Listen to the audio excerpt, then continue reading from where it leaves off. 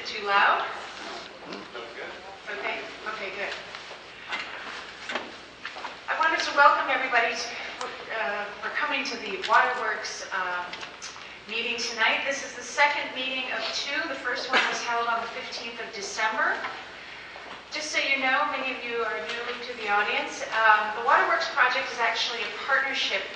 The Minneapolis Park Foundation is taking the lead on this, and we are partnering with the Minneapolis Park and Recreation Board. And it's thanks to a very generous private donation that we were able to go ahead on this project. And just recently we received some supplemental funds from the St. Anthony Falls Heritage Board. We have the design team, Meyer, Shear, and Rockcastle, which is the local design team, HRNA advisors out of New York who've been working together on this project. And they're going to be showing you possibilities of what could be on this site. Just so you know, the site's boundaries start at the 3rd Avenue Bridge, just a bit north from here. They extend down to Portland, and they go from the water's edge over to 1st Street. Okay, so 3rd Avenue down to Portland, water's edge to 1st Street. This has been a very, very interesting process over the last 2.5 months. We've actually taken sort of a two-pronged approach to this.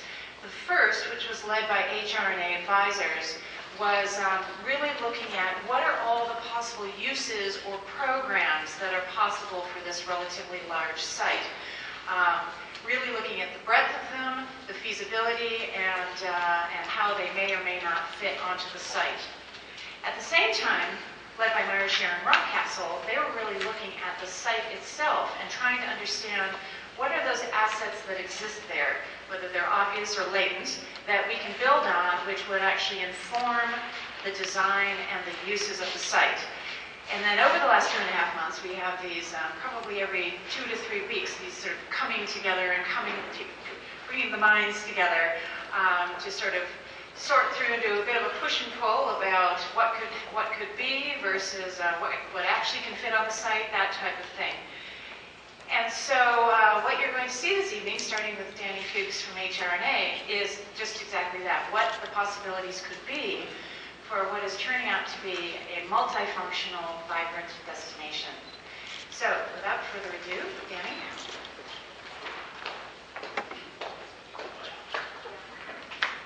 Thanks, Mary. As Mary said, I'm Danny Fuchs. I'm the director with HRNA Advisors. We're a real estate and economic development consulting firm based in New York. And I've been coming out here for the last little over 2 years working on a number of projects. We have a specialty in particular in planning for sustainable open space strategies and thinking about the uses and the ways that you can finance and fund them.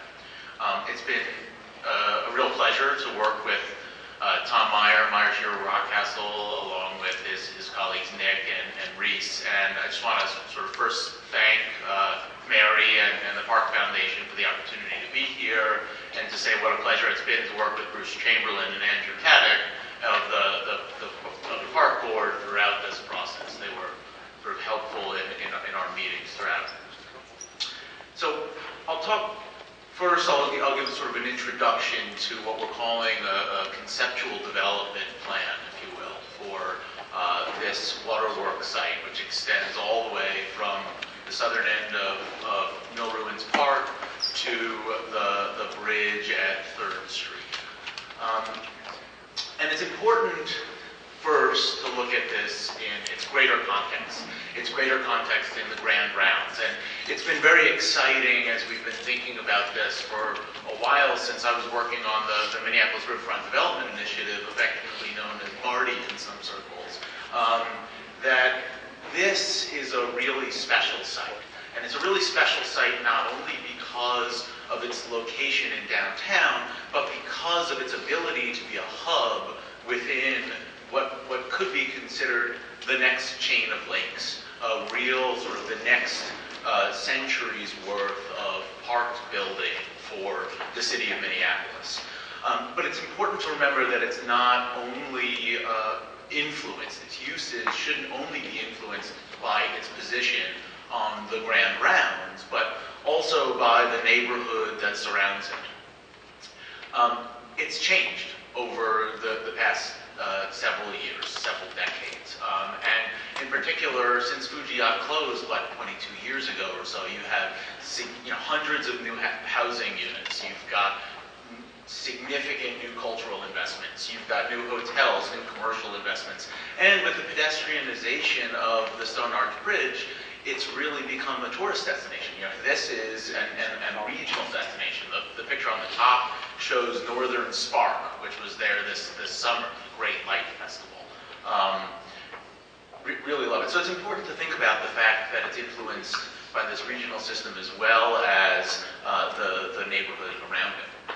So when we were here in December, we sort of showed a little bit of analysis and were asking for comments and questions and things that should influence us.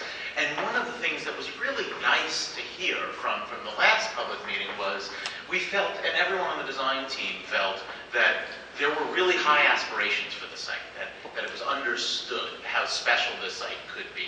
And as we began to filter through the comments and do additional analyses in terms of what uses might be beneficial for the site, we sort of brought it all together into what I'd say are 5 themes for what the site should be. The first would be engage the ruins. This is a picture of the now buried gatehouse that controlled the flow of water between to the mills. And as you can see here, it's pretty an amazing building, and it's currently buried under the parking lot there. And so it was important, we said, history of the site has got to influence anything that's going to happen.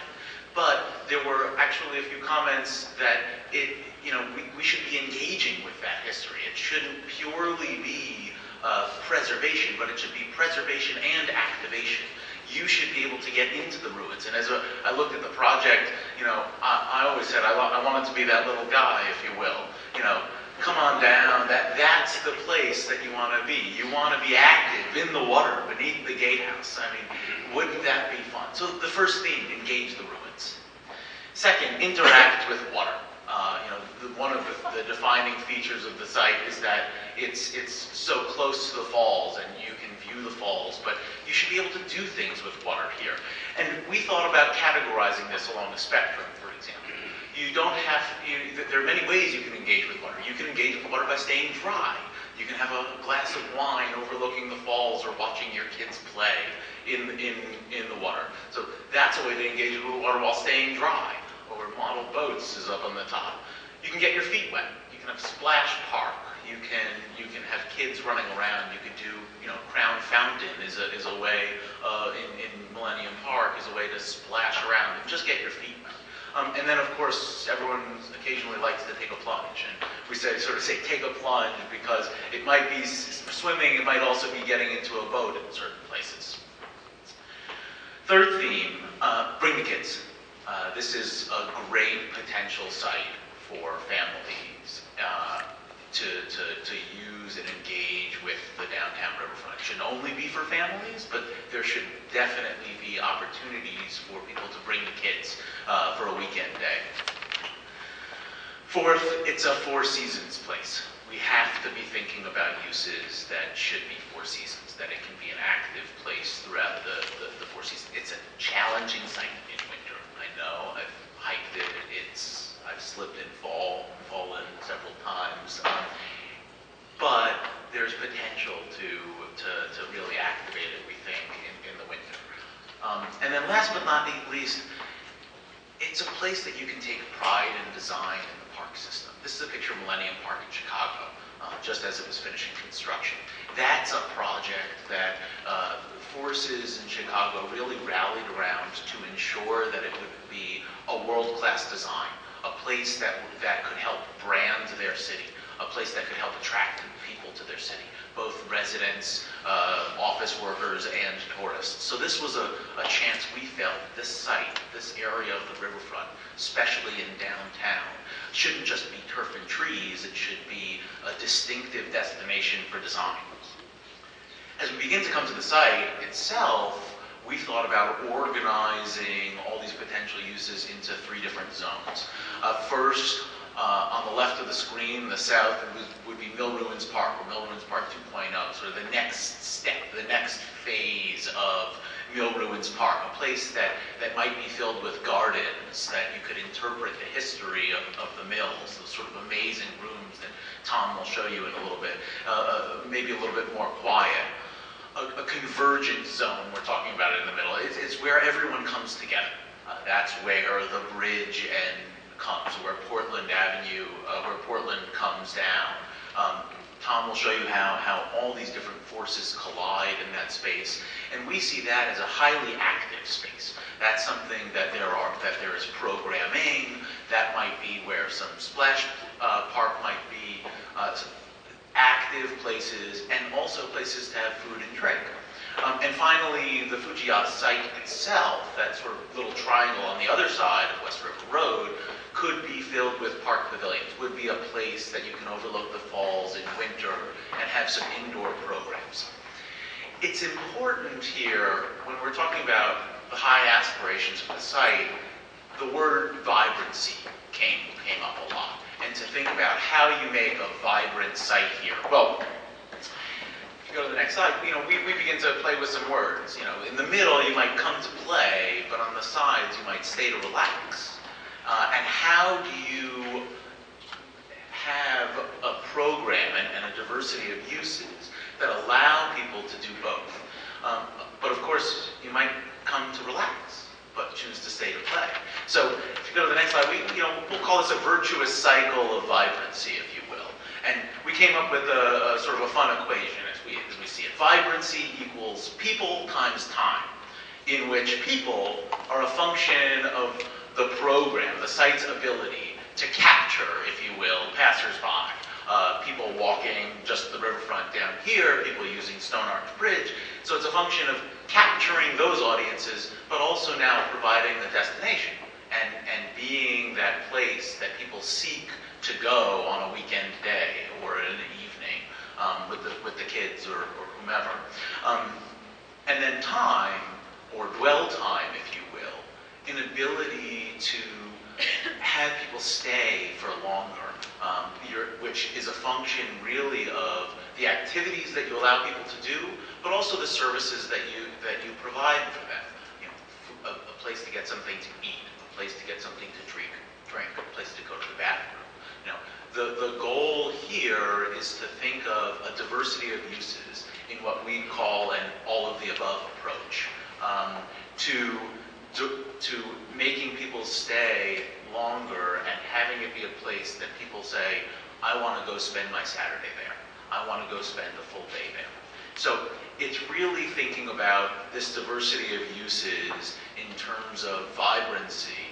And then we'll come back later. It's also important for thinking about how some revenues could be generated, which would help minimize the operating burden of new open space. With that, I'll invite Tom up, who will tell you a little bit more about the site itself and how some of these things might lay out on the site.